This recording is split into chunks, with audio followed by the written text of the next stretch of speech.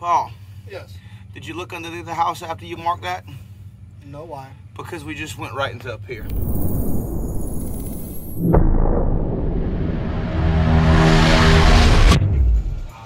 So initially, I wasn't going to record this project, but it turned out that, I don't know, randomly I did.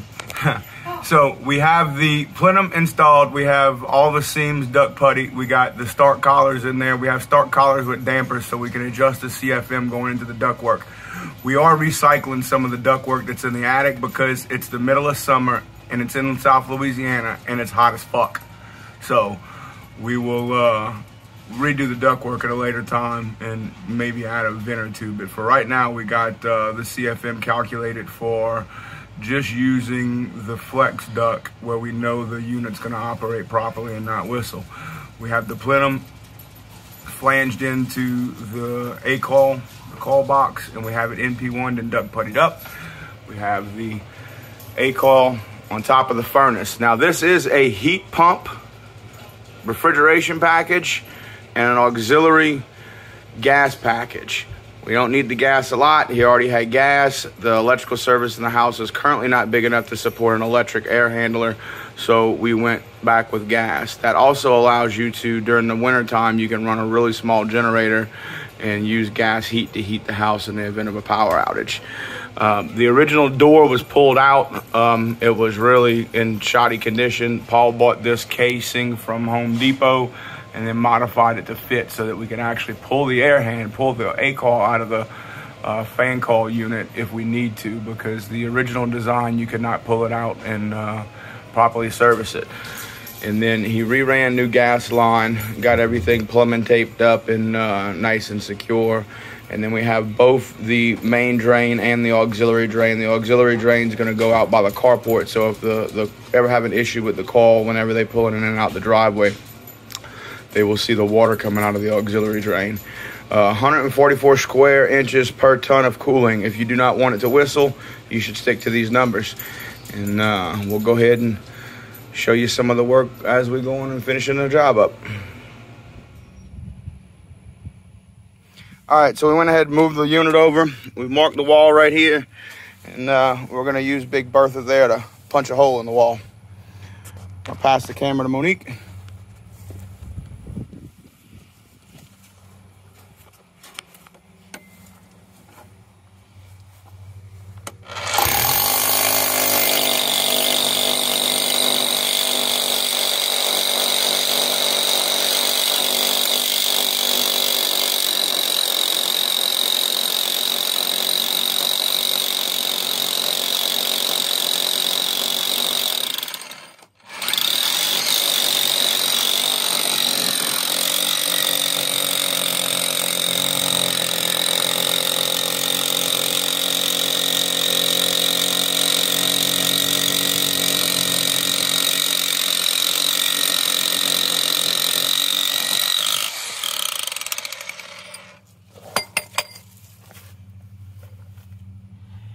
Paul, Yes.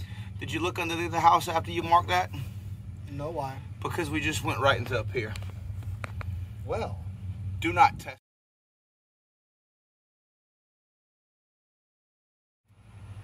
All right, so the camera woman decided that she needed to stop the film for whatever because the editing software just don't work sometimes. But we didn't check to be sure we were gonna hit a pier, and we were right on the edge of a pier. So we're just gonna go over a couple inches and make it an oblong hole, and that'll solve the problem.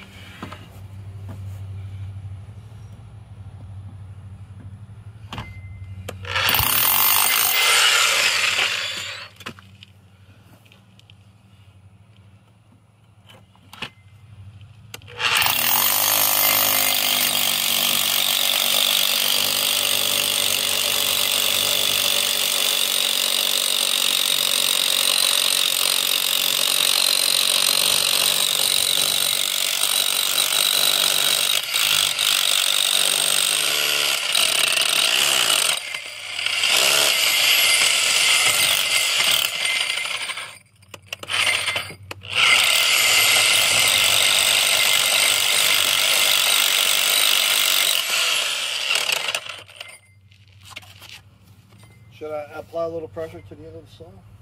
It's good. Okay. We got enough room to pass it by right there. We'll just take some mason fill and fill the hole when we're done. Yep. Fill it on that side. We're good. What a hole.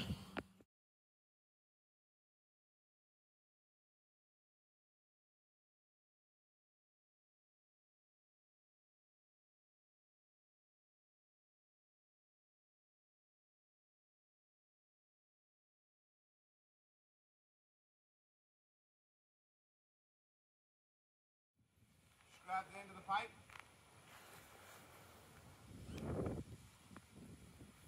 Are you got your hand on the pipe or the insulation?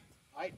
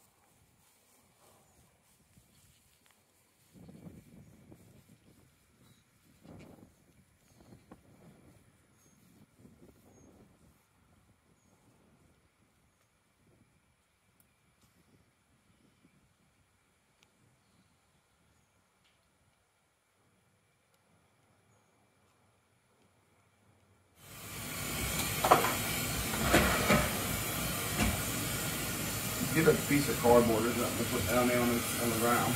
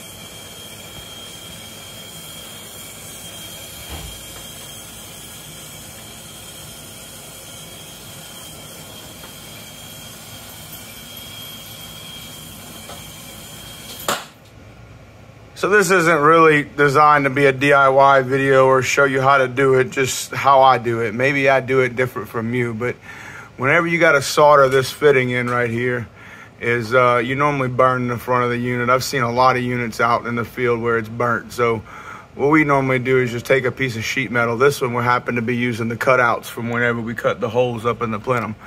And you can just sit there and slide it over that. Now you can solder all day long and not worry about burning the front of the unit up.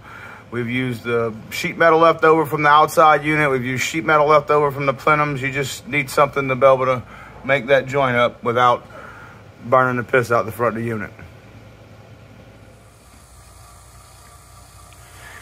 All right, it's like 10:30 at night. We got all the lines soldered here and here. We got the vacuum pump. We're gonna let the vacuum pump run overnight. We've already did 2 nitrogen purges. We got the nitrogen bottle there. Unfortunately, my Doug Lockhart digital gauges died tonight, so we are leaving it. The display quit responding, and Mr. Doug has not made those in a few years. I might be able to get a new display from him. I'm gonna have to hit him up, but if not, we're going to be swapping those over to some analog gauges, because I just don't like none of the new digital gauges. Mr. Doug spoiled me. But we'll sit there and wrap this one up, and we'll bring it to you guys whenever we get the unit fired up. Are you done for the day? No more doggy business? It's nap time.